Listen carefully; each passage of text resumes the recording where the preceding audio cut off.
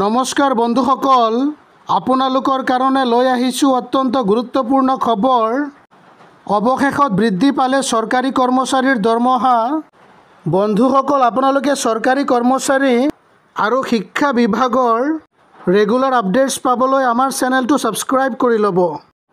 বন্ধুসকল, আপোনালোকে চাব পাৰে govt এনাউন্সেছ ₹2029 crore bonus for railway employees ahead of festive season।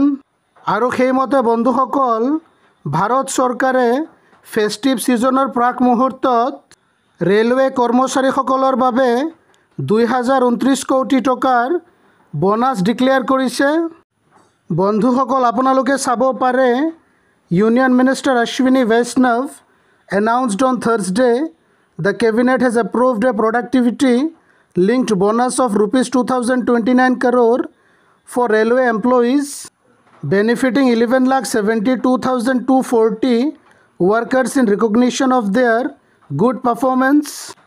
He also addressed concerns about retirement, stating that the process of filling 58,642 vacancies is underway, countering opposition claims that present misleadingly small figures regarding employment in the railways। আৰু সেইমতে বন্ধুসকল, কেন্দ্ৰীয় rail মন্ত্ৰী অশ্বিনী বৈষ্ণৱ ডাঙৰীয়াই পূজাৰ প্ৰাক মুহূৰ্তত প্ৰায় 12 লাখ কৰ্মচাৰীৰ বাবে 2029 কোটি টকা বোনাছ ডিক্লেয়াৰ কৰিছে। আৰু বন্ধুসকল, উক্ত বোনাছ ৰেলৱে কৰ্মচাৰীসকলক তেখেতলোকৰ ভাল প্ৰদৰ্শনৰ বাবে দিয়া হ'ব বুলি ঘোষণা কৰিছে।